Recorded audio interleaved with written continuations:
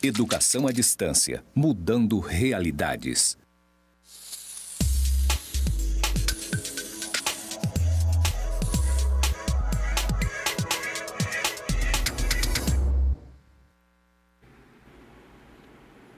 Olá, olá a todos, meu nome é Simone, sou professora de Sociologia.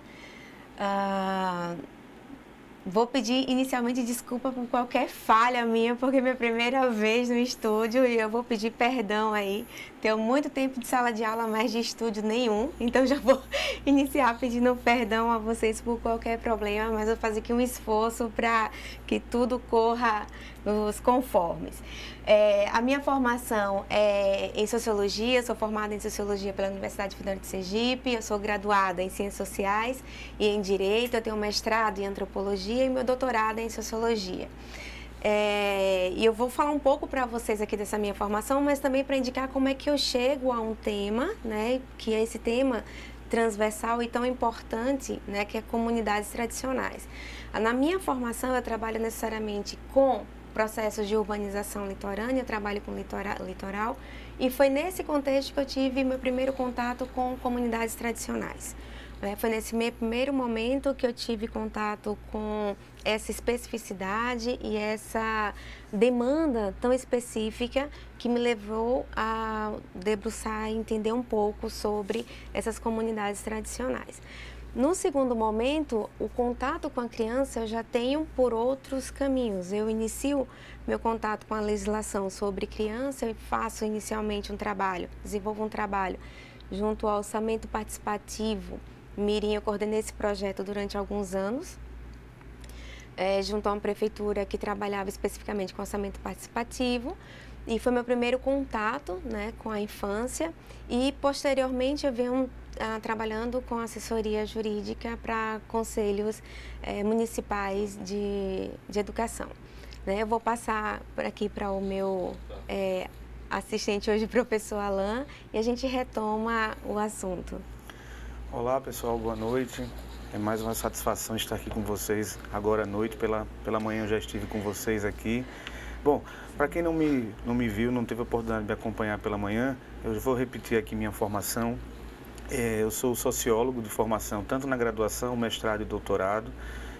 Tenho atuações no campo do Conselho de Municipais de Educação, basicamente dando consultorias, prestando consultorias e assessorias técnicas, tanto relativas a assuntos educacionais como também a legislação educacional. E tenho experiência também como professor de níveis de ensino fundamental, ensino médio, ensino superior. E acredito que essa minha formação, essa minha experiência pode contribuir aqui um pouco com a aula que a professora Simone vai ministrar hoje aqui. Eu estou aqui para ajudar ela no que for preciso e também para interagir com vocês aqui. Então, mandem suas perguntas, mandem suas provocações, mandem seus questionamentos. A gente precisa muito disso aqui com vocês, tá ok? Vamos lá, professora. Sim, vamos lá. Obrigada, professor Alain. Então, vamos lá. Eu também gostaria de, antes de começar, agradecer pelo convite, é uma experiência muito interessante.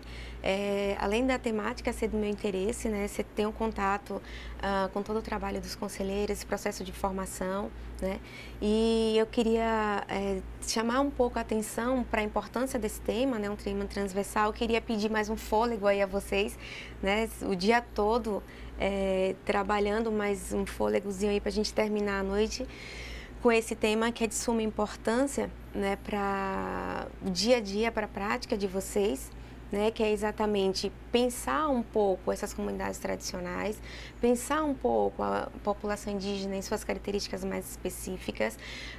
E eu queria esclarecer para vocês, antes de qualquer coisa, como é que está pautada a minha aula, como é que eu pensei a minha aula, para que vocês possam acompanhar meu raciocínio e a gente possa, ao final, ter construído uma coisa bem interessante, bem bacana para a gente pensar as comunidades tradicionais. Bom, eu não tenho a intenção aqui, obviamente, de trazer para vocês nenhum produto pronto, eu não tenho a intenção aqui de apresentar para vocês nenhuma abordagem pronta, porque isso é algo que vocês vão adquirir no dia a dia de vocês, tá? Que vocês vão perceber na dinâmica, né, da comunidade que vocês venham a trabalhar. né? Isso é muito específico. O que eu pensei para essa aula, para contribuir numa reflexão, né, com vocês, é exatamente conceitos mais gerais. Por que disso? Vocês vão trabalhar com a legislação específica voltada à criança e lá nessa legislação vocês vão encontrar determinados aspectos, determinados conceitos que muitas vezes são confundidos, que muitas vezes são sinônimos, mas muitas vezes têm as suas particularidades, né? E é importante que vocês dominem para que diante de uma legislação, diante de uma demanda específica, vocês não se sintam um pouco perdidos, né, diante dessa especificidade. Então, diante disso, a gente teremos 2 encontros, né? Esse é o nosso primeiro encontro. E nesse primeiro encontro, a gente vai tratar especificamente sobre o conceito de comunidade. Eu queria trazer aqui e deixar uma clareza para vocês muito grande de como esse conceito ele começa a ser trabalhado, por que ele adentra dentro das teorias sociais, por que ele é trazido à discussão, o que vai dar muita clareza diante de uma abordagem. Por exemplo, se você tem em mente que o conceito de comunidade, ele trata especificamente de um grupo que demanda usos e práticas específicas, quando você vai abordar um determinado grupo, independentemente da condição dele, você já vai ter isso em mente e você já sabe que ele vai demandar aspectos próprios, né? E adiante disso, né, tentando deixar um pouco de lado os nossos valores, os nossos entendimentos diante dessa abordagem. Não é exatamente como eu quero, não é como eu vivo, não é como eu cuido do meu filho que eu vou abordar uma comunidade indígena, por exemplo. Não é dessa forma. É exatamente no diálogo com esse grupo que eu vou entender essa dinâmica, vou estar aberta a esse entendimento e vou entender esses processos e saber como é que eu vou abordar. Claro que diante da legislação, essa que eu chamo a atenção para vocês em relação aos conceitos, né, que vocês vão estar aptos a compreendê-los, mas principalmente diante da abordagem, para que vocês tenham um total domínio de que é preciso a compreensão do outro, para além de si mesmo, tá?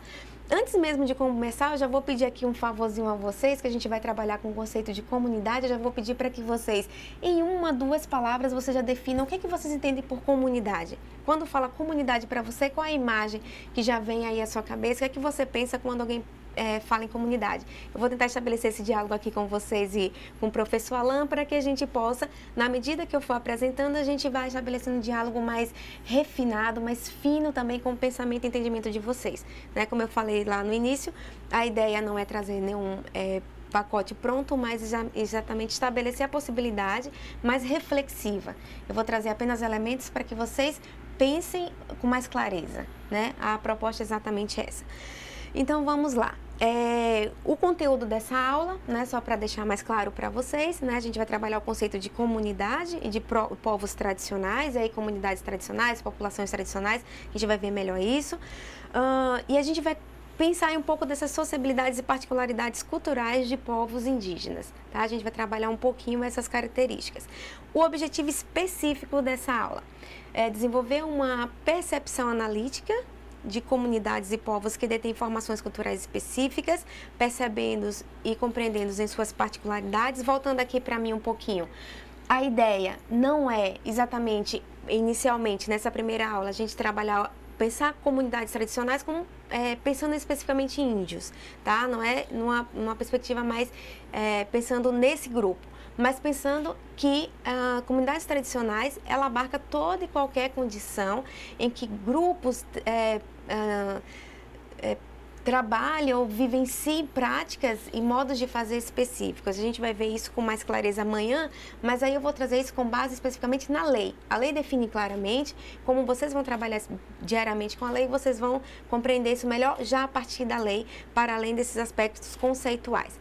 Voltando aqui para o slide, desenvolver a capacidade de reconhecimento de demandas específicas de comunidades e povos tradicionais, desenvolver reflexões sobre realidades sociais de povos indígenas. Vamos lá. E aí, voltando ao que eu falei, o que é uma comunidade, né? A gente vai iniciar pensando a história, né, o conceito de comunidade nos estudos sociais, a emergência da sociedade capitalista, diminuição das culturas populares e do modo de vida comunitário. Vamos lá. Essa é a minha primeira pergunta. O que é comunidade? Voltando aqui para mim. né? O que é comunidade? Comunidade é exatamente, a gente vai pensar inicialmente, e aí eu peço para vocês, vão dizendo lá, professor Alan, quando ele tiver uma resposta lá, ele me diz. O que é que vocês pensam sobre comunidade? Mas vamos lá. O que é comunidade? Como é que a comunidade entra na história? Como é que a gente começa, né?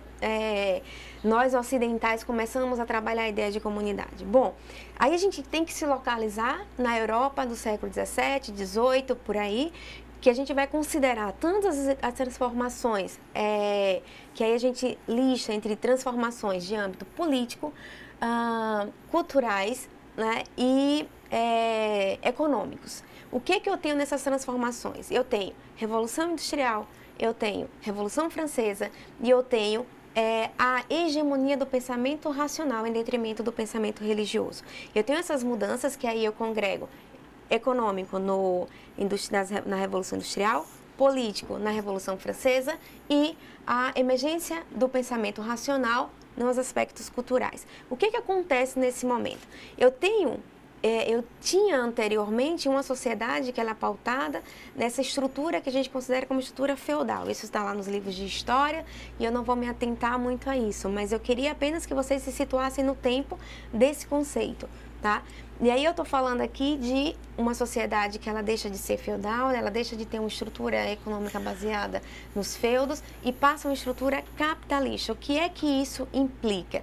Implica dizer que aquele modo de viver em comunidade, aquele modo fechado de vida, de grupos que tem características próprias e próximas, como por exemplo, a consanguinidade, né? São pessoas que estão ali, geralmente são primos, são parentes muito próximos e que têm pensamentos muito parecidos, né? Mais adiante a gente vai falar um pouco melhor sobre isso, mas eu queria que vocês entendessem que nesse momento da emergência do modelo de produção capitalista, tem uma série de alterações que ensejam no modelo de coletividade chamada de sociedade, para além do modelo comunitário. Eu tenho aqui uma sociedade. O que seria essa sociedade? Eu tenho a prevalência agora de todas essas revoluções, eu tenho a prevalência de um modelo de produção capitalista, eu tenho a prevalência da racionalidade e eu tenho os valores morais estabelecidos por esses indivíduos agora pensantes que ocupam o seu espaço como guia e norteador da produção cultural de suas vidas. É desse momento que a gente chama a atenção. Por que a gente então passa a falar em comunidade? Por que eu agora não posso mais falar, chamo a atenção para a comunidade? Eu chamo a atenção para a comunidade porque na emergência das sociedades, no momento em que essas sociedades surgem, eu passo a deixar de lado esses outros valores comunitários. E aí, nesse momento, é que ela se insere, e aí eu volto aqui para o slide para você ver nesse segundo momento que aí a gente começa a pensar na análise do contexto histórico dentro do âmbito, né, no objeto de estudo das ciências sociais. Aí eu tenho sociedade versus comunidade, entendendo comunidade como um conceito científico e um conceito político. O que eu estou chamando aí de um conceito científico e um conceito político? Voltando para mim de novo. O que eu estou chamando de conceito científico e conceito político? Esse conceito científico é exatamente dessa percepção que esses autores, na época, eu cito aí para vocês vão ver lá na apostila, quando vocês tiverem acesso e estiverem estudando, vocês vão ver lá no Tunis, que é um desses autores que eu trago da sociologia, tem outros, mas eu fiz a opção por esse inicialmente, que ele trata, exatamente chama a atenção para isso. Olha, está ocorrendo uma mudança na sociedade. Que mudança é essa? Eu saio desse modelo, que ele é mais tradicional, por assim dizer, inicialmente, né, comunitário, dessas relações que elas são estabelecidas de modo muito mais próximo, e eu passo para esse modelo de sociedade, que é um modelo estabelecido a partir da racionalidade, que é um modelo estabelecido a partir do modo de produção capitalista, e que é um modelo estabelecido dentro de uma estrutura republicana, que é esse modelo que a gente opta de governamental.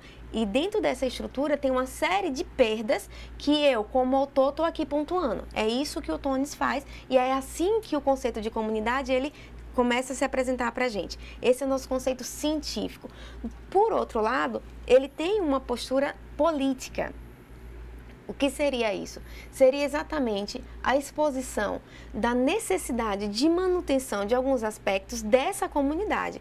E aí por que ele tem esse aspecto político? Já sai da esfera teórica, mas há uma percepção do Tunis nesses movimentos, em determinados grupos, em dizer, eu quero essa vida comunitária e eu não quero aquela outra vida societária que ela começa a emergir. O modelo de vida que eu demando é esse. Por isso que esse conceito comunitário, ela tem essas duas faces. Ela tem uma face política e ela tem uma face científica, né? Ela entra nos estudos sociais e aí você pode estar se perguntando, mas por que eu vou ter que dominar esses estudos sociais? Na verdade, você não precisa dominar os estudos sociais, você precisa saber, né, dessa colocação histórica e analítica, mas porque de algum modo reverbera na nossa legislação e reverbera na forma como a gente passa a trabalhar de alguma forma com essas comunidades hoje. Em certa medida a gente vai perceber um pouco isso, mas o importante é que você situe essa categoria no tempo em que ela surge, por que ela surge. Eu acho que isso dá um panorama muito bacana para a gente pensar essa categoria hoje, né? Se eu penso que ela surge em contraponto à sociedade que emerge, né? Então eu tenho uma característica mais tradicional na comunidade e uma característica mais inovadora na sociedade. Então vocês vão perceber que sempre que a gente fala em inovação, a gente pensa muito em inovação para além do comunitário. Quando a gente fala em tradicional, a gente fala desses aspectos comunitários. Quando a gente fala em inovação, a gente está pensando essa outra forma de agrupamento. Professor Alan? Professora, a senhora falando aí, eu comecei a pensar em um outro pensador da sociologia, né, o Émile Durkheim, que ele traz um conceito que eu não sei se pode ser pensado como a senhora está nos trazendo aí, de forma brilhante, mas é o conceito de solidariedade orgânica e solidariedade mecânica, né? Onde o Émile Durkheim, né, um sociólogo, ele diz que, existiam no primeiro momento, né, da civilização humana, né, existiam sociedades simples que se relacionavam entre eles, as pessoas, a relação se dava de uma maneira que era uma solidariedade mecânica, ou seja, as coisas aconteciam porque eram parentes, porque eram próximos, porque existia uma relação muito ali cordial, ou pelo menos uma relação muito clara de quem fazia algo e quem deveria fazer, e quem obedecia e quem deveria mandar. Isso seriam sociedades simples, sociedades tradicionais. E aí as coisas evoluíram, né? A racionalização da humanidade ocorre, né? O homem passa por processos aí de secularização, de se conhecer melhor, de buscar respostas nas próprias angústias, pelas próprias angústias, e isso faz com que as sociedades se complexifiquem. E aí passa a ser solidariedade orgânica, ou seja, pessoas não mais se relacionavam pelos laços de parentesco ou porque tinham estabelecidas anteriormente regras muito claras de que fulano mandava e ciclano obedecia. Agora as coisas acontecem por relações capitalistas, né? Ou seja, alguém é técnico de informática, que alguém precisa dele com relação a algum tipo de trabalho técnico informático, ele vai lá, paga e essa pessoa executa o trabalho para ela. Isso é dentro de um contexto de uma sociedade que se complexificou. E aí as relações deixam de ser de solidariedade, né? O termo solidariedade não é à toa, é porque há uma solidarização entre essas pessoas, esses atores. Sai de uma solidariedade mecânica, como eu acabei de explicar, e vai para uma solidariedade orgânica. São órgãos, é como o nosso corpo, cada parte do nosso corpo, aqui o rim, o fígado, um depende do outro para que funcione no todo. Mas, na verdade, eles são independentes nos funcionamentos deles, mas é evidente que cada funcionamento, de algum modo, reverbera no funcionamento do outro. Então, professora, me parece que não é nada errado pensar também por aí, né? Além do Tunis que a senhora trouxe, que eu confesso até que eu nem conhecia muito aprofundadamente o Tunis, conheci o autor, mas é interessante também, me parece que cabe, né, pensar as comunidades tradicionais e essa relação com sociedades por aí, não é isso? Sim. Eu agradeço também, mas assim, como eu falei, eu poderia ter abordado tantos autores, mas Sim. o Durkheim é um autor que se encaixa perfeitamente e, inclusive, dá uma clareza, né, para a gente pensar, como o professor Alain muito bem explicou, não vou reproduzir, mas para pensar, mas aí eu vou evidenciar só um aspecto de um receio, como eu falei, quando o conceito se torna político, que um dos receios diante da sociedade capitalista que emergia era exatamente o aspecto individualista, né? E aí se percebia um aspecto muito de dependência apenas de necessidades. Então, eu vou ter uma relação aqui com o professor Alain, mas porque eu tenho uma dependência de algo que ele pode me fornecer. Não por outros valores, sejam eles, vocês já trabalharam aqui valores como amor, paz, bondade, necessidade, né? Não, nenhum desses aspectos, mas apenas necessidade. Ele tem o que eu quero, por isso eu vou me relacionar com ele da melhor forma possível para que ele me dê aquilo que eu quero. E aí o próprio Durkheim dá um exemplo que é do padeiro. Né? Por que eu tenho e vou tentar manter uma boa relação ali com o padeiro? Porque ele faz o pão. E eu preciso do pão. E eu não domino a feitura do pão. Então, eu preciso do padeiro que faz esse pão para mim. Né? Mas é perfeita a colocação, que é exatamente para a gente pensar essas diferenças. E aí, já avançando um pouquinho mais, a gente tem aqui no slide, tem uma classificação dessas comunidades também que nos ajuda a pensar um pouco mais essas comunidades, que é o que determina, o que classifica essa comunidade. Tem aqui a comunidade de sangue, que são unidades afetivas, naturais e imediatas. Voltando aqui para mim um pouquinho. O que seriam essas comunidades de sangue? O que isso determina? É exatamente essa a ideia de que as relações elas são estabelecidas por grupos de consanguinidades muito próximas. Eu não sei, lamento não conhecer melhor a vivência de vocês, a vida de vocês, mas de repente você conhece algumas situações que eu já vivenciei. Eu sou do interior da Bahia, um interiorzinho chamado Catu, eu nasci nessa cidade. E não era difícil ouvir lá na minha cidade de fulano que casou com um primo segundo, como o pessoal chama, né? Um primo em terceiro grau, um primo muito próximo. Porque essas relações elas eram estabelecidas no âmbito das relações de consanguinidade. Então, um líder dessa comunidade, ele é estabelecido por sua relação carismática, né, que isso é estabelecido ao longo do tempo, exatamente porque ele se coloca dentro dessas relações de consanguinidade. Então, ele não pode estar fora de uma família, de uma grande família. Né? A ideia de comunidade de consanguinidade dá para a gente entender a partir disso. Você imagine a sua família, né, como muito grande, aí você pensa seus tios, primos, né, e o tio da sua tia e toda essa linhagem, que é exatamente que formam uma comunidade. Essa é uma das formas, né, de constituição de uma comunidade. A gente tem outra aqui que o autor chama, já que no slide nos chama a atenção, ainda falando do Tunis, que é comunidade lugar, referente ao território compartilhado.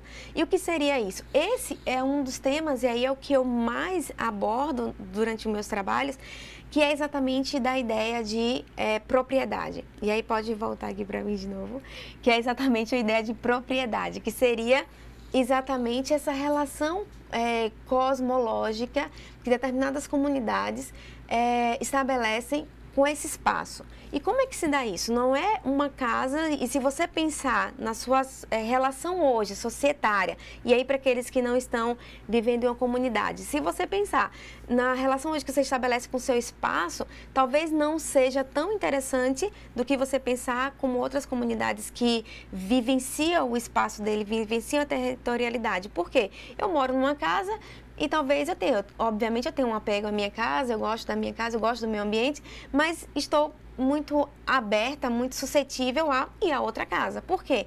Essa outra casa, ela me dá quarto, cozinha, banheiro, digamos assim, ela me dá toda a estrutura mínima que eu tinha na outra casa, né? Quando você fala de territorialidade, está muito além disso. A territorialidade está relacionada à minha produção, à minha alimentação, à minha relação religiosa, inclusive, né? Quando eu estabeleço algo místico com aquele espaço, um espaço que me dá uma condição mais mística, está relacionado a uma tradição estabelecida naquele espaço, então eu sei quem mora ali, eu sei quem fica ali, eu sei que meu antepassado esteve ali, né? Eu sei que aquela árvore, ela é simbolizada, ela representa algo muito mais próspero ali para a minha comunidade. Então, essa relação com o lugar, ela é muito mais ampla do que essa relação desse meu lugar societário, desse meu, quando eu falo em sociedade, desse meu lugar com a minha casa, né? É muito mais amplo. E aqui, o último aspecto, já ainda voltando aqui para o slide, que ele fala de comunidade espírito relacionada ao lugar e aos laços sociais, mas de forma imaterial. E aí, quando a gente fala de forma imaterial, e aí é bem interessante a gente chamar a atenção disso, porque é um debate muito recente, com relação à imaterialidade, porque a gente tinha uma relação e um entendimento das relações das pessoas muito com os aspectos estruturais, físicos, né? E hoje a gente tem voltado muito o olhar, digo hoje, assim, nos últimos 15 anos, né? A gente tem voltado muito o olhar para as questões imateriais. O que é esse imaterial? É o como eu faço, o que eu faço, o que eu preciso. Ele coloca ali lugar, porque como eu faço nesse lugar.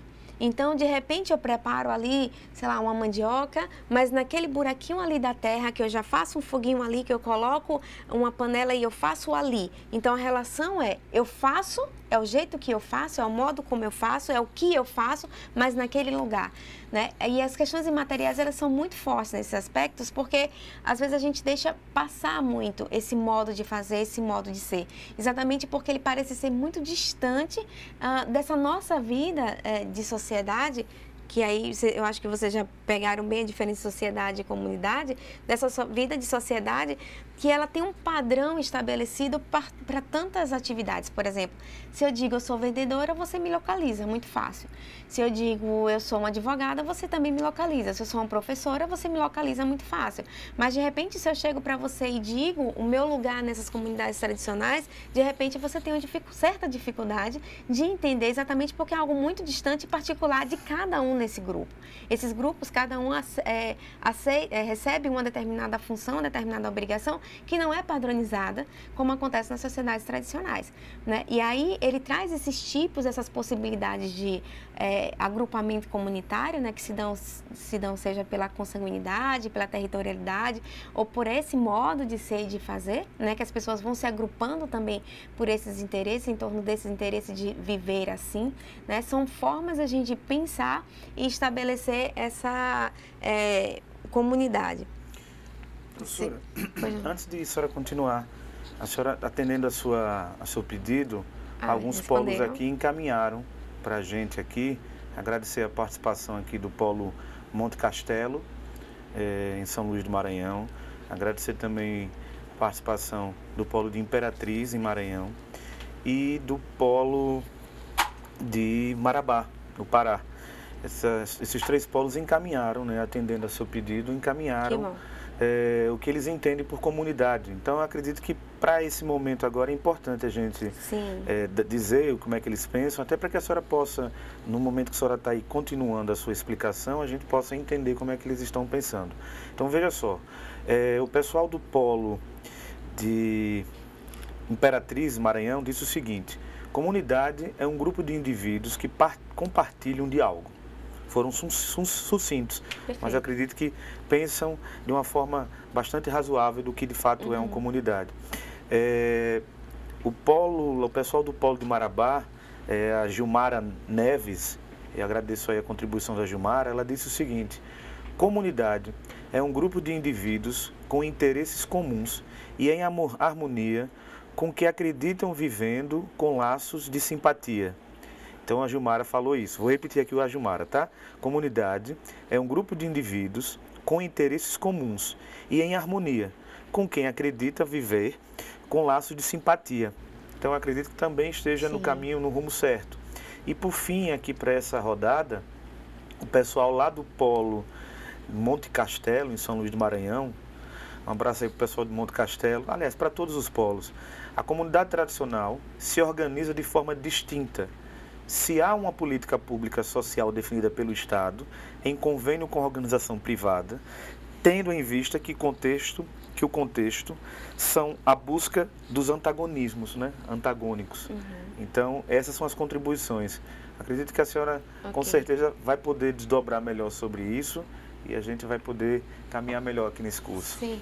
Não, eu agradeço as participações. É exatamente essa a ideia, né? Porque quem é professor de sala de aula, né, trabalha com esses feedbacks, né, o tempo inteiro. A gente está escutando ali mais ou menos qual é a ideia. Eu acho que o professor Alan falou muito bem. É bem dentro dessa linha mesmo, né? A gente só tem alguns aspectos a acrescentar, mas a ideia é essa. E a gente vai problematizar um pouco, que aí eu acho que a última contribuição já avança um pouquinho para essas problematizações, né? Mas é bem dentro dessa ideia mesmo, essa questão do compartilhar, da harmonia, né, dessas relações de pertencimento com o grupo, e a gente vai problematizar um pouquinho mais. Mas obrigada pelo retorno, tá? E a gente vai problematizando aí mais um pouco. Só que aí a gente não tem, né, só esses... Se o conceito de comunidade ele adentrasse, né, de uma forma tão simples, né, não precisaríamos estar aqui, mas ele se problematiza. Quais são esses problemas conceituais? Bom, a gente tem preservacionismo versus mudança, né? A obra de Tunis apresenta um esforço menor de preservação, defesa da renovação das formas comunitárias.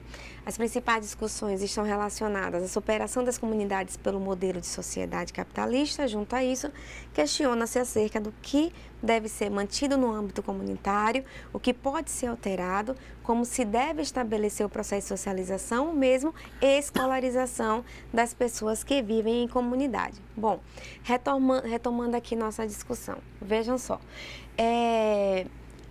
essa ideia de preservacionismo, ela nasce inicialmente, quando a sociologia ela abarca, e ela diz, olha, preserva, segura assim, fixa isso assim, a comunidade é assim, nada entra. O problema é que estamos trabalhando com pessoas, e essas pessoas, elas passam a demandar as questões próprias e dos grupos delas, tá? E aí a gente vai ver mais adiante o quanto é interessante, e amanhã também, na aula de amanhã, o quanto é interessante a questão do diálogo quando a gente fala de comunidades tradicionais, né? A importância desse diálogo. Por quê? Estamos falando dos mais diversos grupos, né? Das mais diversas situações. Como é que eu vou estabelecer o que é o melhor para um grupo? Eu não tenho como estabelecer se é melhor para uma comunidade ela se manter naquele estado, ou se aquela comunidade ela pode receber determinado elemento ou não. Isso eu não tenho como fazer. Quem vai dizer isso é a própria comunidade. É a comunidade que vai dizer, estou muito bem aqui, obrigada, e eu rejeito isso que você traz para mim. Ou vai dizer, eu estou muito bem, obrigada até aqui, mas eu preciso daquilo e daquilo outro. Quem controla esse processo intervencionista é a própria comunidade.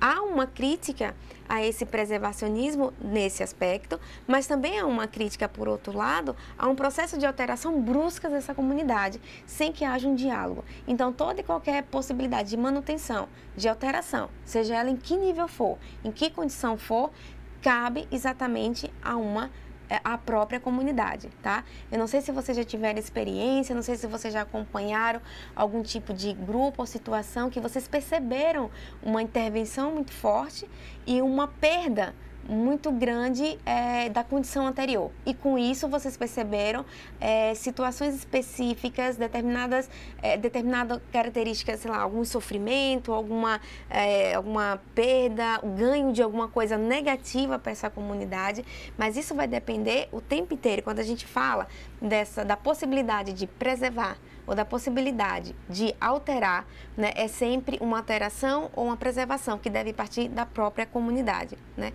Mas esse é um debate que ele caminhou dentro da própria conceituação de comunidade. Quando se dizia que comunidade e aí é importante esse feedback, exatamente o que vocês mandaram para mim, exatamente porque é exatamente essa ideia. Comunidade é um modo de vida específico, ok, mas esse modo de vida específico ele é fixo? É isso que eu pergunto a vocês. Aí vocês vão me dizer o seguinte, depende. Depende de quem? Depende da própria comunidade. Quem vai dizer o nível de alteração dessa comunidade é ela. Essa comunidade, ela ganha, e aí a gente vai perceber, na atualidade, ela ganha cada vez mais autonomia para determinar essas suas condições. O conceito de comunidade, ele surge muito forte nesse aspecto, porque cabe agora ao indivíduo, a esse próprio indivíduo, ele construir e determinar a sua vida. O conceito de comunidade, ele cai nesse, e é esse o problema dele, ele cai nessa sua rigidez conceitual de dizer é isso, tá? A gente sabe das características, mas o que ela tem de mais importante hoje no conceito é ela se autodetermina, ela se autoguia, tá? Controvérsias do conceito ainda, para a gente pensar aqui. Uma outra discussão é relacionada ao conceito de comunidade e populações. Crítica à noção de comunidade, né? E aí eu vou conversar um pouquinho com vocês sobre isso, que é um desencaixe da sociedade. Defesa da noção de comunidade, garantia da diversidade do povo brasileiro, a formação de um todo. Vamos lá, vejamos. Qual o debate que se faz? Vocês vão encontrar aí na legislação que chama comunidade, legislação que fala em populações, com muito mais força vocês vão encontrar povos, e eles são tomados como sinônimos. Por que então, vocês podem estar se perguntando, há uma controvérsia entre o conceito de comunidade e populações? O que diferencia e qual a diferença disso? Vejamos. O conceito de comunidade se entendeu que havia um deslocamento. Vocês lembram lá que eu falei para vocês como surge esse conceito de comunidade diante da sociedade? Então é como se a sociedade ela emergisse e a comunidade ela se deslocasse. Ela é outra coisa que não a sociedade. Nesse sentido, o conceito de comunidade ele é substituído em algumas legislações, em algumas situações pelo de populações. Por quê?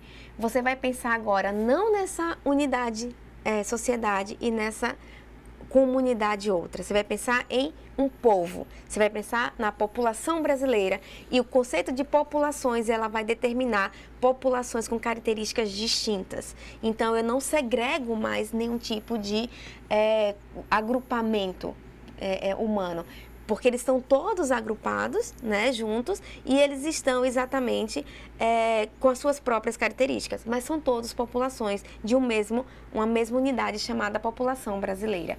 É nesse aspecto que o conceito de comunidade e população, eles são questionados, mas sem muita preocupação, é para que vocês tenham domínio disso. Vocês vão encontrar lá na legislação comunidades tradicionais, populações tradicionais, povos tradicionais, mas vocês podem tomar em certa medida como sinônimos, mas pensando que estão envolvidos aí aspectos de alteração, de mudança, da possibilidade de inovação ou não dessas comunidades, tá?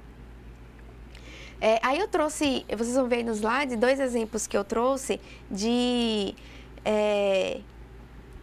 utilização desse termo populações, que é o Centro Nacional de Populações Tradicionais, né, do IBAMA, só para vocês verem aí que não trabalha centros nacionais de comunidades tradicionais do IBAMA, mas Centro Nacional de Populações Tradicionais do IBAMA, e caracteriza a diversidade populacionais distintas, né? Mais ou menos essa ideia do que eu falei, é só mais um exemplo para que vocês entendam que as comunidades elas estão pautadas exatamente pela um aspecto conceitual mais rígido e o populacional e deslocado, né, desse desencaixe da sociedade, e o populacional ele congrega, né, esse conjunto mais amplo que faz parte e caracteriza aí suas diversidades, aspectos distintos, né? E aí vamos lá, vamos falar um pouquinho agora de tradição. Podemos falar em manutenção das comunidades, como eu falei, né? A gente fala aí de manutenção física, né? E é o direito à terra, atendimento médico e todos esses aspectos, manutenção cultural, e aí eu falo de manutenção de práticas cotidianas, né? De modos de fazer, de modos de ser. E questiona-se exatamente entre cultura e tradição, né? Um debate que a gente faz hoje mais recentemente. Cultura é um meio de reprodução social que é pautado pela história, mas também pela inovação. Vamos discutir agora um pouquinho essa questão de manutenção e de manutenção física e cultural. quando eu falo em transformação dessas comunidades, eu falo de...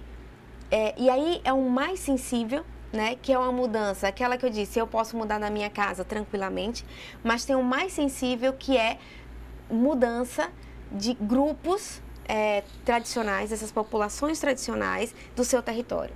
Aí eu estou falando de algo extremamente sensível, como eu falei anteriormente, eu estou falando aqui de uma relação cosmológica, né, com esse espaço, um espaço que tradicionalmente eu trabalho, um espaço que representa a minha ancestralidade, um espaço que contribui, está relacionado ao meu modo de ser, de fazer, de existir no mundo, né? É muito mais do que isso. Então, é o mais sensível dessas mudanças. Eu posso mudar eu posso fazer uma alteração dessas comunidades de forma localizada, eu posso transportar, né, essa população de uma terra para outra, né? Com relação ao atendimento médico, né? A gente acompanha, por exemplo, formas tradicionais de cuidados, né? A demanda por determinada intervenção médica, e fica aí a discussão, é sempre um debate. A gente vai discutir amanhã de uma forma mais pontual a questão indígena relacionada à escolarização, que é um debate que perdura aí há algum tempo, né? A gente fala aí de processo de alfabetização, a garantia de ser bilíngue, né, de uma formação bilíngue, mas como é que tem que se dar isso? A gente vai ver isso aqui amanhã de uma forma mais pontual.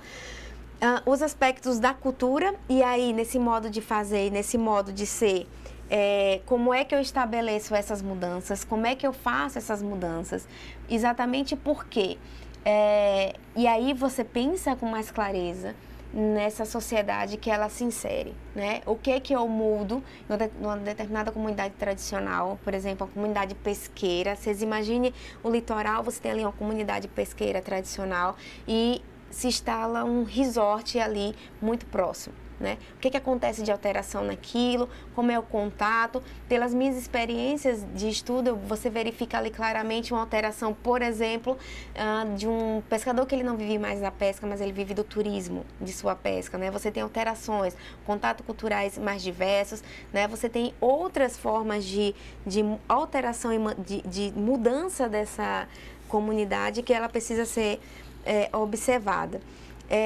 E aí, quando a gente fala em comunidades tradicionais, o conceito de cultura está sempre muito próximo, ele está sempre muito forte ali. O que é que eu falo, o que é que está nesse contraponto aí entre cultura, tradição, história e inovação? E aí, quando a gente fala na possibilidade de alteração dessa cultura, a gente tem que pensar inicialmente o conceito de cultura como um conceito dinâmico. Ele não é um conceito estanque, as culturas elas não são estanques, elas estão em processo de mudança.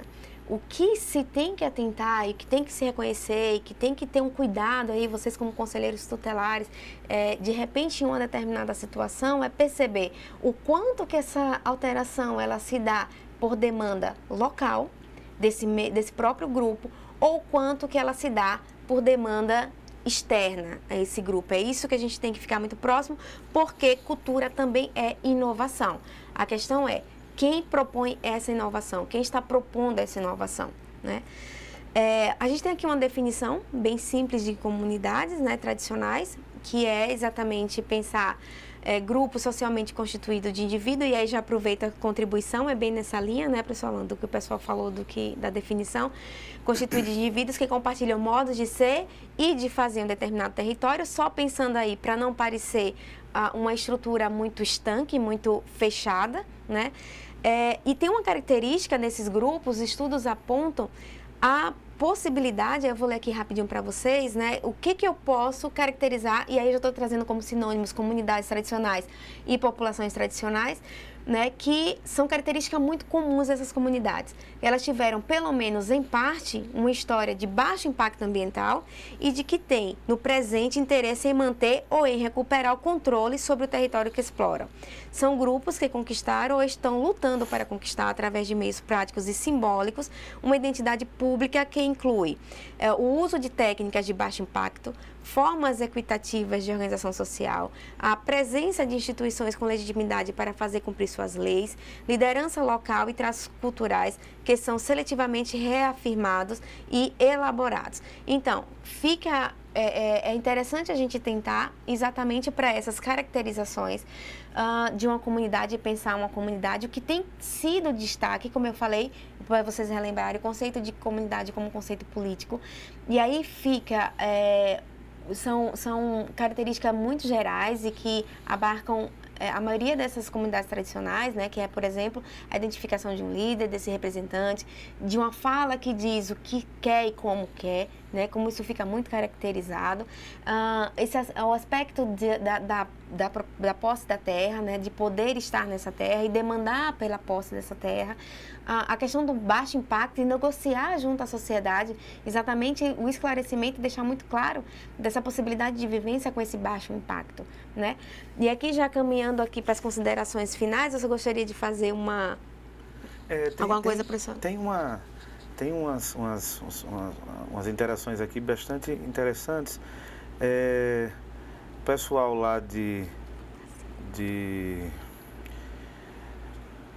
Porto Grande, eles dizem o seguinte: comunidade é um grupo onde se reunia as pessoas para discutirem o bem comum do seu bairro e viver em união. É muito importante aprendermos a viver em comunidade, pois na comunidade vamos discutir as problemáticas de cada situação. O Raí Oliveira, do IFAM. E tem uma outra colocação aqui do pessoal do IFAM de Manaus, do Polo do Centro, que diz o seguinte: quando se fala em comunidade, é o mesmo que se falar em viver de comum acordo em tudo. O Oswaldo Luiz, de lá. E mais uma coisa, que o pessoal também está pedindo para que a senhora faça uma observação rápida, antes de terminar, sobre a sua atividade de percurso. A senhora introduza de algum modo, né, o que é que a senhora está solicitando, o que é que está pedindo, entendeu? Ok. Não, eu achei interessante essa colocação exatamente pelo seguinte. Eu vi muito focada nessa questão de pensar povos indígenas mais adiante. Mas a colocação é muito perfeita quando diz: é um viver comunitário.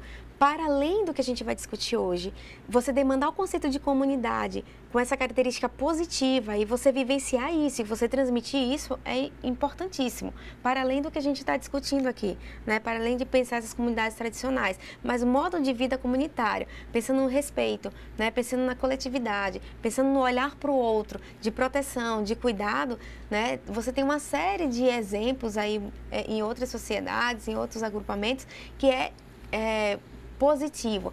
Veja, eu vou falar um pouquinho da nossa tarefa. Durante o intervalo, eu vou dar uma olhadinha aí no que vocês escreveram e a gente volta para conversar um pouquinho mais, tá?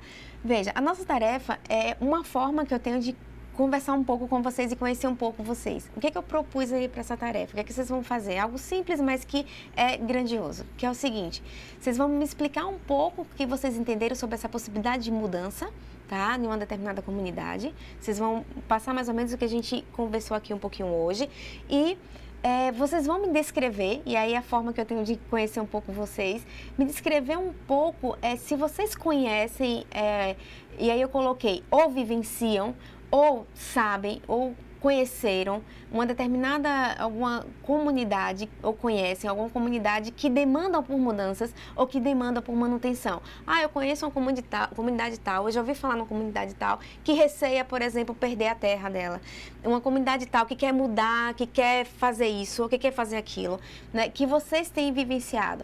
Ou que vocês conhecem, necessariamente não precisa você ter vivenciado, mas é uma forma da gente trocar um pouco o nosso conhecimento, e aí eu vou ler aqui um pouquinho, e aí eu vou trazer uma experiência lá do Pará, uma experiência aqui de Manaus, uma experiência aqui de Porto Velho, não aqui de Manaus, mas fui chegando, né, mais perto, para a gente se conhecer um pouco e entender um pouco a complexidade que é você trabalhar com essas comunidades tradicionais. Então, eu peço a vocês que vocês, da vivência de vocês, ou que vocês já ouviram falar, eu conheço determinado grupo, não necessariamente comunidades indígenas, mas comunidades pesqueiras, né?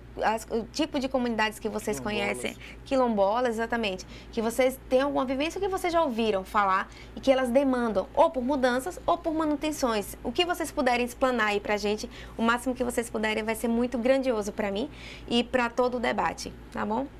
É basicamente isso, ok? E a gente volta já já para a gente continuar a nossa discussão. Obrigada.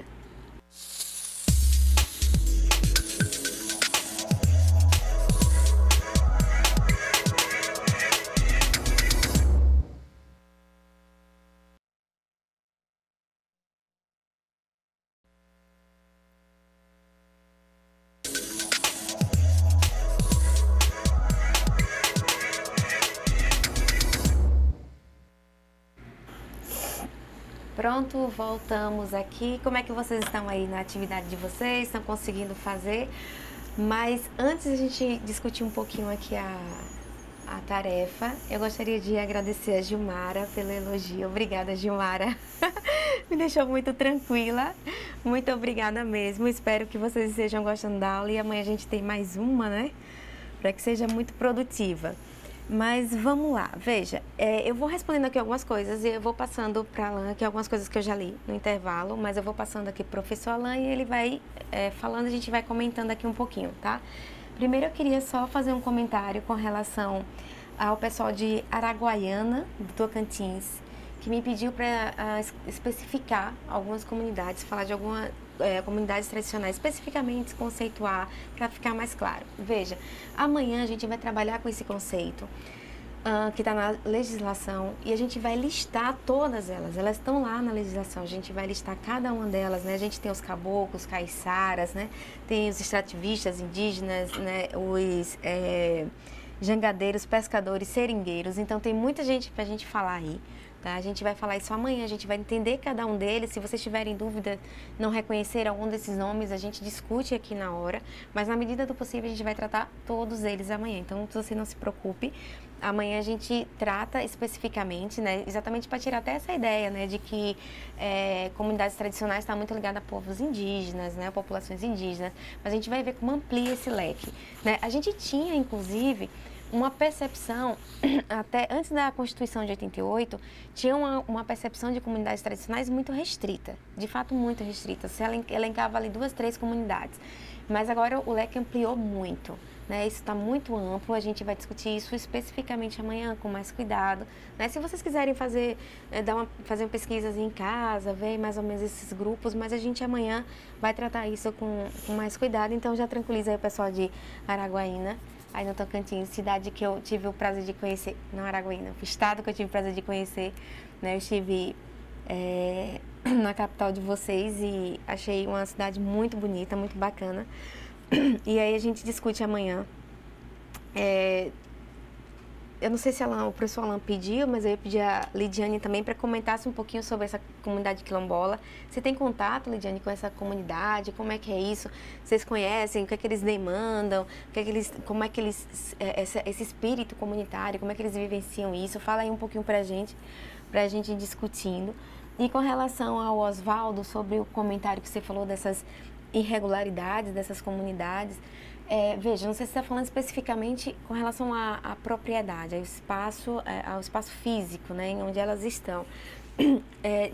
A gente também vai discutir um pouquinho isso amanhã, né, embora a gente se volte muito para a criança, mas a questão da propriedade privada, ela é sempre uma demanda específica. Você tem várias situações, tanto porque às vezes você está em área de preservação permanente, as áreas de preservações permanentes, você tem uma série de denominações, você tem áreas de preservação que você pode estar, tem área de preservação que você não pode estar, né? Você estava num lugar que a construção de uma barragem, de uma usina, seja lá do que for, acaba afastando. Foi mais ou menos o que eu falei ali no exemplo do pescador, né? Quando constrói um resort e aí todo o entorno dele começa a ser alterado e essa comunidade ela começa a ser, né, colocada, vai perdendo o seu espaço, né? E é sempre uma discussão a busca dessas comunidades, inclusive elas se organizam muito em torno disso, né, em busca da regularização, né, desse espaço, né, que ela ocupa. Mas a gente vai discutir um pouquinho amanhã, se você também puder colocar mais algumas coisas, né, para ajudar nessa discussão. Mas é sempre bom, como você falou, assim, não dá para entender muito bem que a coisa começa, né, você começa a organizar a coisa e de repente a coisa não caminha mais, né? Mas aí é interessante perceber o que é que envolve esse grupo, se tem alguma pressão externa que faz com que eles recuem, né, se é uma demanda mais econômica, né, que a gente não pode esquecer, a gente fala muito em organização social, a gente fala muito da organização desses grupos, mas a organização demanda tempo, né, demanda dedicação, né, e às vezes tem uma dinâmica na sociedade que inibe um pouco esse tipo de organização, né, requer, como você falou, né, quando fala em documentação, a coisa, né, mas isso depende muito, seria interessante identificar, né, eu sei que não é bem um papel de vocês, mas de repente vocês começam a perceber lá, do trabalho de vocês, que isso reverbera de alguma forma nas crianças, por exemplo, né? Então, é o caso de dar uma olhada para isso, de verificar um pouco, né, como é que essa coisa, o que está acontecendo ali, por que a coisa não é regularizada, por que essa comunidade ela não consegue avançar nisso, né? Seria interessante, né? Como eu falei, eu sei que não é uma competência do Conselho Tutelar, mas de orientar, de compreender, né? Principalmente se isso reverbera na criança, no adolescente também, né? Então, seria interessante. Mas se você quiser passar mais elementos para a gente discutir um pouquinho mais, e eu vou passar agora para o professor Alan para ele ler aí alguma coisa, a gente vai discutindo. Aí é uma oportunidade também da gente conhecer esse colega aí que está um pouco afastado da gente, que está interligado pela internet, a gente conhecer um pouco, né, conhecer um pouco mais dessa Amazônia Legal por essa especificidade. A gente sai agora desse âmbito mais conceitual, mais amplo e desce um pouco para essas realidades, tentando fazer esse link, né, com esse conceito de comunidade, tentando ver como é que vocês entenderam, né? Não sei se vocês responderam aí sobre a comunidade, que essa é a minha primeira pergunta, o primeiro questionamento. Essa comunidade, ela pode ser alterada? Né? Em que medida essa comunidade pode ser alterada? Eu vou passar para o professor Alan, ele vai lendo, a gente vai discutindo um pouco. Então, professora Simone, a gente tem aqui algumas respostas já. O pessoal do polo de Açailândia, o Maranhão, está por aqui. As pessoas Sueire, Luciane,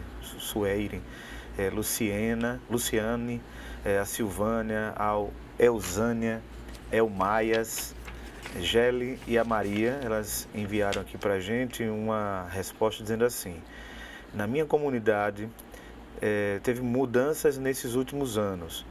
Trouxe uma pavimentação, praça de lazer, praça de cultura e creche.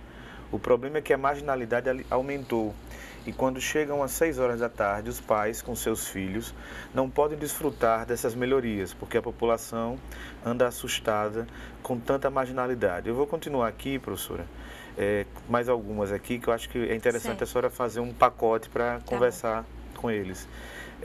Ainda o pessoal lá de Açailândia, agora é outro grupo, né? O pessoal aqui da Solange, a Marlúcia, a Benilda, a Edilma, Edilson Maria, Irlete, Fabrício e a Rosângela dizem assim: em Açailândia tem a comunidade de Pequiá de Baixo. É impactada pelas siderúrgicas e demandam o reassentamento da população, entre outras políticas públicas. Então, a gente aqui já vê um caso de que há uma necessidade de que eles sejam retirados, né, em razão da construção da siderúrgica, ou enfim, porque teve algum tipo de impacto lá, mas ela diz aqui que demanda reassentamento. O pessoal do Marabá está aqui também presente, e aí eles tiveram uma extensa resposta. Eles disseram assim: na região de Novo Repartimento do Polo Marabá, temos comunidades tradicionais dos povos indígenas que têm buscado garantir sua cultura para os descendentes, mas também querem sair daquela condição de que não têm acesso a outras informações, principalmente educacional, que acaba dificultando seu crescimento e evolução dentro de um contexto de que eles próprios seriam seus formadores, junto na comunidade em que vivem. Os estudos que eram ofertados, eles trabalhavam aquela aula tradicional focada só no que eles deveriam aprender. No entanto, eles não querem ter mais essa mesma situação, né? Eles querem expandir Eles querem ter conhecimentos dos cursos junto a órgãos e conselhos estaduais, mas querem ter o direito de estudar também cursos de nível médio, técnico e até mesmo faculdade, que venha contribuir com o retorno para a comunidade em que vive. Qual é a evolução de comunidade garantida? Claro, com a evolução da comunidade garantida. Claro, a sua funcionalidade de comunidade tradicional. Ou seja, para mim me parece muito claro aqui de que é um caso muito emblemático, né? É uma comunidade tradicional que quer sair para além do que eles são hoje, né? Eles querem modificar-se, né? Eles querem ir além do que são, mas não querem perder, digamos assim, essa situação de uma comunidade tradicional, né? E eu acredito que isso a senhora tenha muito a oferecer aqui. Existem outras respostas aqui, o pessoal do IFAM de Manaus, Zona Leste. Nossa, agora as respostas surgiram muitos aqui. Deixa eu comentar aqui, porque de fato isso é muito interessante, né? Com relação a esse aspecto da cultura indígena e dessas alterações, porque veja, é exatamente isso que a gente está falando. É algo que demanda deles e eles darão o time disso, até onde eu vou, até onde eu quero. Né? É sempre complicado. Você tem, desculpe, esse foi de onde esse pessoal? Foi do Marabá. Pronto, Paulo Marabá. Do Marabá. Então, se vocês param para pensar, a gente tem uma literatura muito vasta. Desde a década de 70, a gente discute muito isso. Inclusive, delimitando alguns momentos de intervenção dessa sociedade, dessa forma que eu falei, nesses grupos comunitários. Mas, e essas delimitações de intervenção, ela é sempre externa para ele. Essa sociedade externa que impõe, ela não impõe limite. Ela chega com seus valores, com a sua dinâmica, com a sua realidade e impõe. Quando essa sociedade, ela demanda, e veja como vocês colocam com tanta clareza, elas dizem, eu quero isso, mas eu quero isso também. O que é isso que eu quero? Eu quero ter a possibilidade de uma formação educacional que me permita adentrar outros espaços de nível superior. Por exemplo, uma formação de nível superior. Qual a discussão principal aí? A educação, a gente vai fazer isso amanhã, mas eu vou só adiantar um pouquinho sobre essa educação indígena. Primeiro, você tinha uma necessidade de educação indígena, familiar, e aí pensando na educação no conceito amplo, então eu tenho educação familiar e educação formal. Essa educação formal é aquela de escolarização. Como seria essa escolarização? Veja, eu estou falando de comunidades indígenas que às vezes são agráficas, ou seja, elas não têm grafia. Como é que eu escolarizo uma criança dessa? Veja como o debate ele não é tão simples assim. Eu escolarizo. Aí alguns autores dizem, não, você escolariza na língua dela, e, posteriormente, ela se escolariza na língua, no português, na língua nacional. Como é que dá esse processo? Essas crianças, elas necessariamente são bilíngues. Quando você fala de uma comunidade que já tem que já tem a língua portuguesa como a matriz, a discussão já fica mais fácil, mas eu estou indo já para o problema maior. Quando eu falo de comunidades, às vezes eu estou falando de comunidades, salvo engano, fala-se em 200 tipos, né? Você tem a língua G, né, com a língua majoritária, mas você tem variações aí que chegam a 200 variações de uma língua que não tem uma grafia, né? Como é que você faz isso? Como é que você desenvolve esse processo? E veja, eu vou escolarizar como? Ok, eu vou escolarizar com a língua dela, eu vou alfabetizar com a língua dela. Como eu saio depois com essa criança? Essa criança, esse adolescente, ele pode sair? Aí, ok. Alguns autores falam, eu escolarizo na língua materna dela, depois eu avanço para ela ser bilíngue, e aí, num terceiro momento, ela pode sair.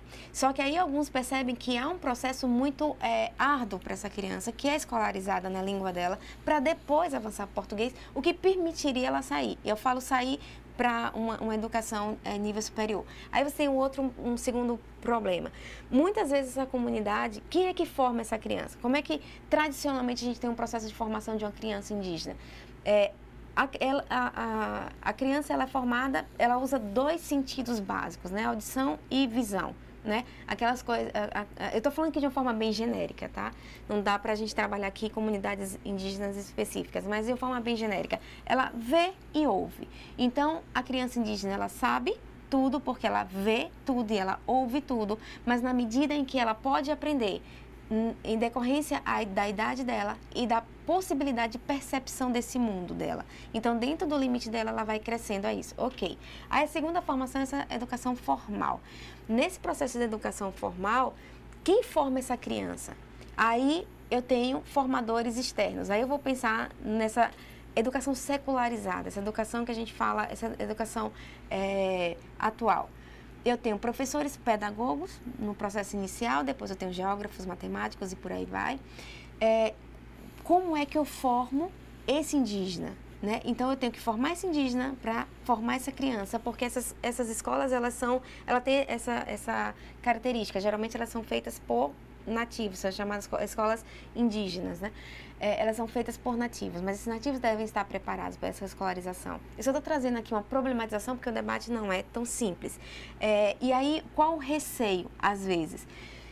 Se eu preciso que essa criança se torne bilíngue, e essa criança, ela depois, o adolescente, ela sai da situação dela comunitária e ela vai para um processo de formação, o receio é que ela perca alguma característica e ela seja não um elemento de manutenção, mas um elemento transformador.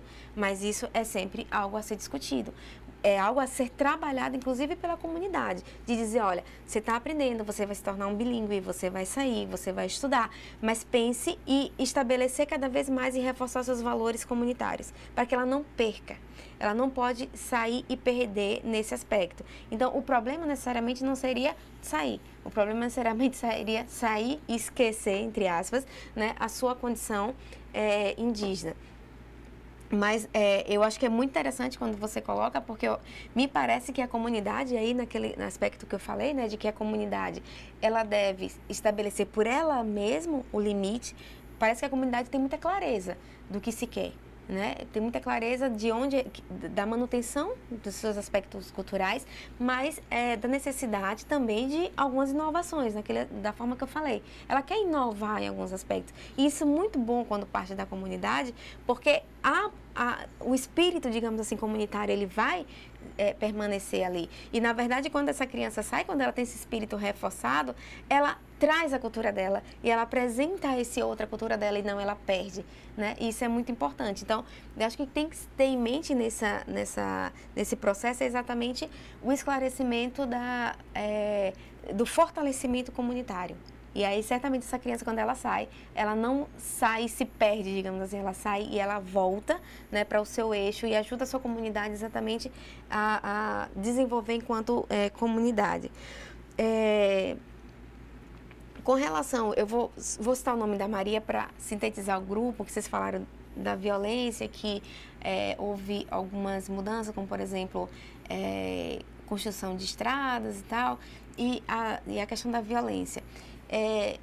A urbanidade, o processo urbano, ele está muito próximo ainda da questão da violência. Ele é atrativo, né? As estruturas, a orientação urbana de uma cidade, a organização, o surgimento de alguns, digamos assim, confortos, né? Porque o processo de urbanização, ele traz ele conforta, né? De alguma forma, um determinado grupo. Ele tem, muito em regra, assim, de uma forma muito genérica, o aspecto da violência que ele atrai.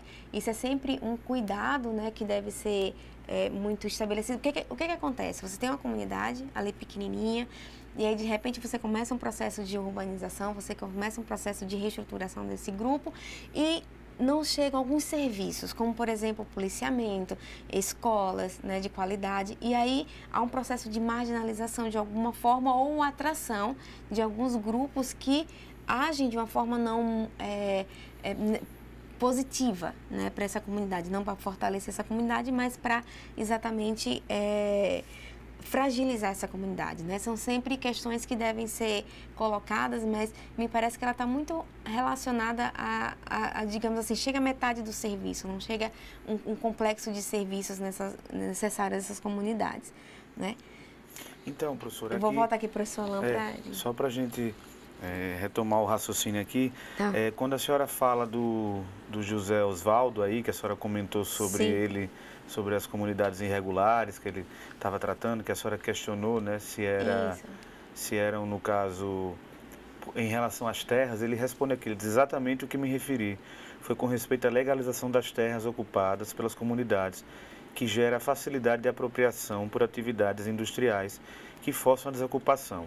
Então, era isso que ele estava se referindo, mas veja só, nós temos aqui uma enxurrada de respostas. Fala aí para a gente comentar um pouquinho. São tantas, eu preciso também atender, porque o pessoal aqui está pedindo que a gente diga, mande um abraço. Então tem o Polo Bacabal, olha, tem tanto polo aqui, viu?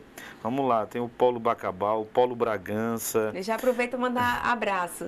O Polo Araguaiana. Um abraço para o pessoal de Araguaiana. O Polo Barra do Corda, no Maranhão. Enfim, São João dos Patos, são muitos aqui, viu? Sintam-se abraçados. Grajaú, Maranhão, tem até uma equipe das meninas super poderosas. Opa!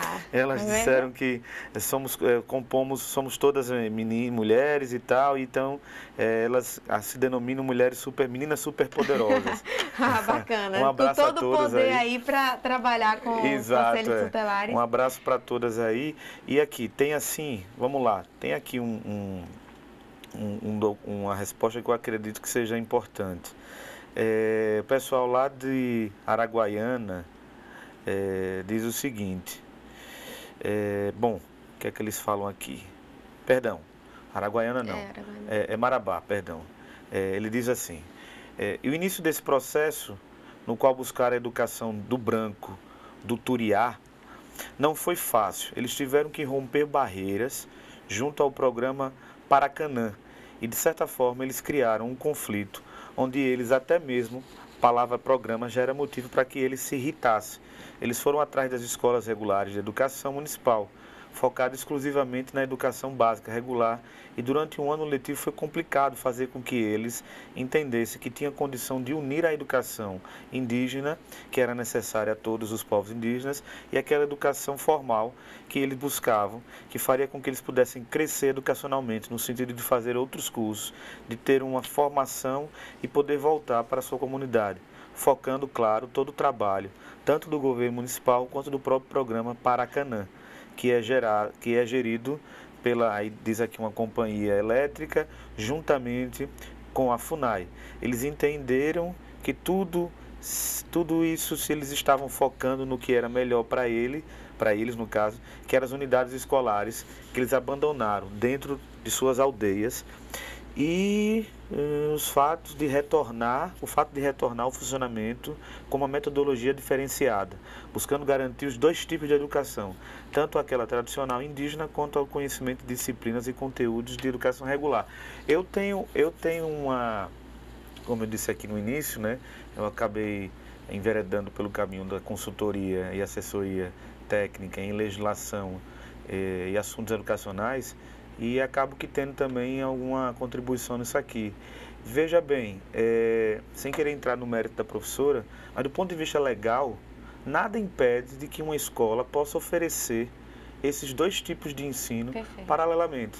Nada. Muito pelo contrário, é até rico que um sistema municipal de ensino ele possa ter previsto isso na sua proposta pedagógica, no seu regimento escolar, que diga claramente, olha, nós adotamos duas propostas em razão da nossa diversidade aqui de atendimento dos educandos. Então, nada mais rico, nada mais correto em você integrar a comunidade indígena a uma formação escolar formal, do que você fazer esse trabalho. Realmente é algo muito rico. E nada impede, do ponto de vista legal, um sistema municipal de ensino, um sistema estadual, que faça essa integração, que promova escolas desse nível, que promova esse tipo de integração, com certeza é um sistema que vai estar atendendo não só um grupo de pessoas, mas vai estar atendendo questões constitucionais, inclusive. Então, assim, realmente é uma situação que vale a pena ser colocada adiante, de ser exigida, de ser cobrada. Os conselhos tutelares podem sim fazer esse tipo de cobrança, podem sim fazer esse tipo de questionamento às prefeituras municipais. É possível fazer esse tipo de trabalho, nada impede, certo? Obviamente que a gente às vezes tenha impedimento de vontades, mas isso a gente vai aos poucos, né? A gente vai rompendo essas barreiras. Eu acredito que é um trabalho bacana que vocês estão fazendo aí, é um trabalho que vale a pena vocês investirem nisso, viu? Não tenho muito a acrescentar não, só agradecer professor Alain pela fala, mas só reforçar que de fato não tem nenhum tipo de impedimento, inclusive a orientação, né, que não seja, você não vai trabalhar o que se chama de educação secular, mas tem um conceito aí trabalhado também no âmbito da sociologia chamado educação diferenciada, e ela é diferenciada exatamente porque ela é gestada no âmbito dessas comunidades. Né? Então, não é nenhum tipo de imposição, não é um tipo de ausência de delimitação, mas é exatamente uma delimitação imposta sim pela comunidade. É a comunidade que vai dar esses limites educacionais. Inclusive, reforçando o que eu já falei, com a característica bilíngue, né? O fato das escolas serem bilíngues, né, no caso de comunidades indígenas, é extremamente possível, provável. Eu sei que não é fácil, como você colocou ali no início, né? Tem uma demanda, mas tem uma resistência. Tem uma demanda, mas tem um estranhamento, né? Tem o desejo, mas tem uma certa, às vezes tem uma certa, um entendimento de como a coisa deve ser, e quando a coisa começa, às vezes é bem diferente daquilo que se pensou ser, né? Mas a coisa deve ser construída no processo, né? É preciso que tenha muito isso em mente. As coisas vão acontecendo e há a possibilidade real de vocês estarem dialogando, propondo e exigindo nos limites que a comunidade deseja, né? Isso que é o mais interessante. Aqui Alan, tem mais uma... O pessoal do Instituto Federal Bacabal, Francisco Nereu, disseram assim: já tive experiência em uma comunidade quilombola, na qual percebe-se uma manutenção de suas características nos aspectos religiosos e no seu modo de vida. Todavia, há transformações ocasionadas pelo advento da tecnologia que mudam as relações familiares e os modos de vida. Então vejam só, é evidente que entender que uma comunidade, seja ela qual for, permaneça isolada, obviamente que se ela quiser, ela pode permanecer isolada, mas é o caso de comunidades quilombolas que não têm essa característica, né? Algumas comunidades indígenas até têm, mas as comunidades quilombolas, via de regra, não têm essa característica de permanecerem isoladas, né? De se estarem isoladas. É uma construção de comunidade diferenciada das comunidades indígenas, pelo menos de algumas comunidades indígenas.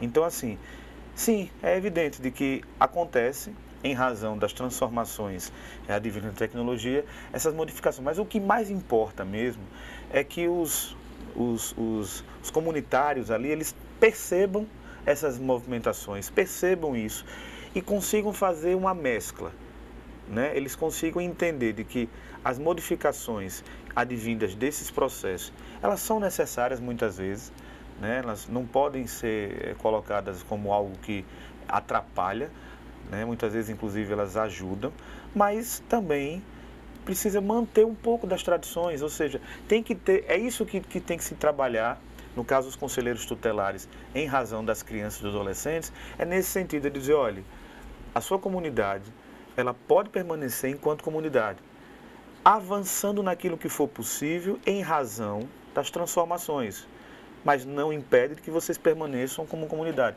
Existem várias formas de se fazer isso. A gente não vai tratar aqui delas, porque não é o caso. Mas o fato é o seguinte, sempre pense nisso, de que é possível manter algumas características, as principais, as que enraizam elas como aquela comunidade quilombola. E avançando em alguns aspectos, para trazer até melhorias para esse tipo de convivência em comunidade. Certo? Professora? Perfeito, exatamente isso. Até porque, para a gente não ficar com esse conceito de comunidades, essa coisa estanque, fechada.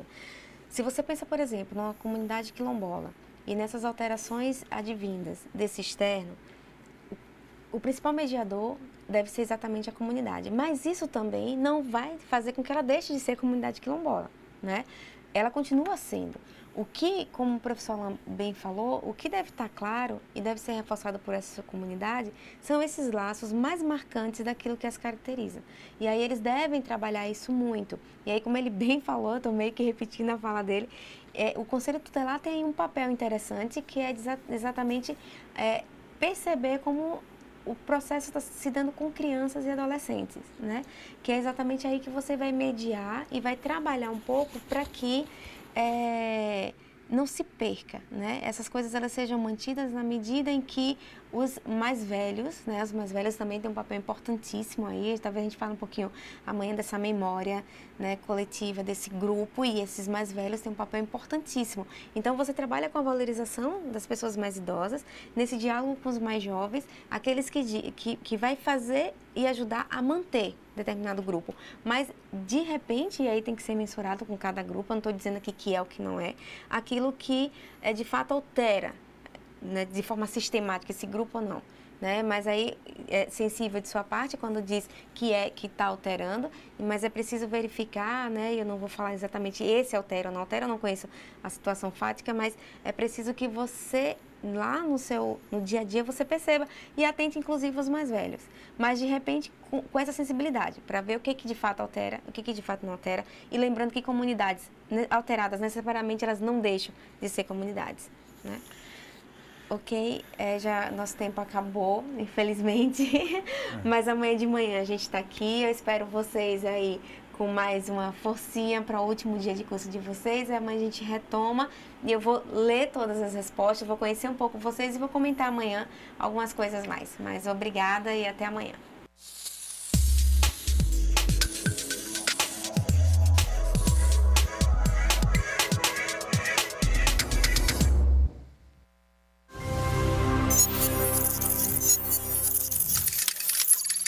Educação à distância, mudando realidades.